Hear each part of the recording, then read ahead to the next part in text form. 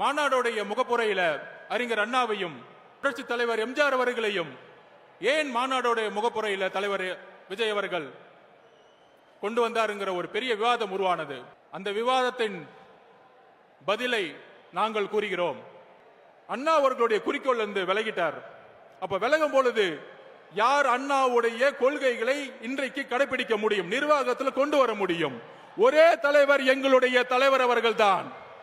எல்லாரும் சொல்லலாம், திமுகவுக்கும் தமிழக வெற்றி கழகத்திற்கும் கொள்கை ஒன்றுதான். அறிஞர் அண்ணாவும் புரட்சி தலைவர் எம்ஜிஆர் அவர்களும் ஏழ்மையும் சமத்துவத்தையும், ஏழ்மையை ஒழிக்கணும், சமத்துவத்தை உருவாக்கணும் தான் கட்சியை ஆரம்பிச்சாங்க. அதுக்கப்புறம் இன்னைக்கு அதிமுக எந்த நிலைமையில இருக்கு?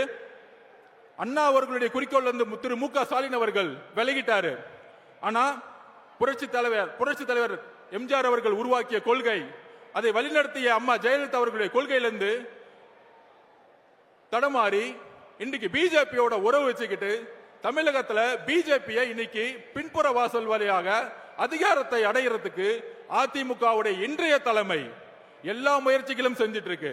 அப்படி இருக்கும் பொழுது நாங்கள் உறுதியாக கூறுகிறோம், அறிஞர் அண்ணாவுடைய கொள்கைகளையும் புரட்சி தலைவர் எம்ஜிஆர் அவர்களுடைய கொள்கைகளையும் உள்வாங்கி அதை அரசியல் வெற்றியாக மாற்றி 2026 மிகப்பெரிய இளைஞர் புரட்சியை உருவாக்கி தலைவர் விஜய் அவர்கள் முதல்வராக உருவாகி அந்த கொள்கையை நிறைவேற்றக்கூடிய வலிமை எங்களுடைய தலைவர்களுக்கும் தமிழக வெற்றி கழகத்திற்கு மட்டும்தான் இருக்கிறது.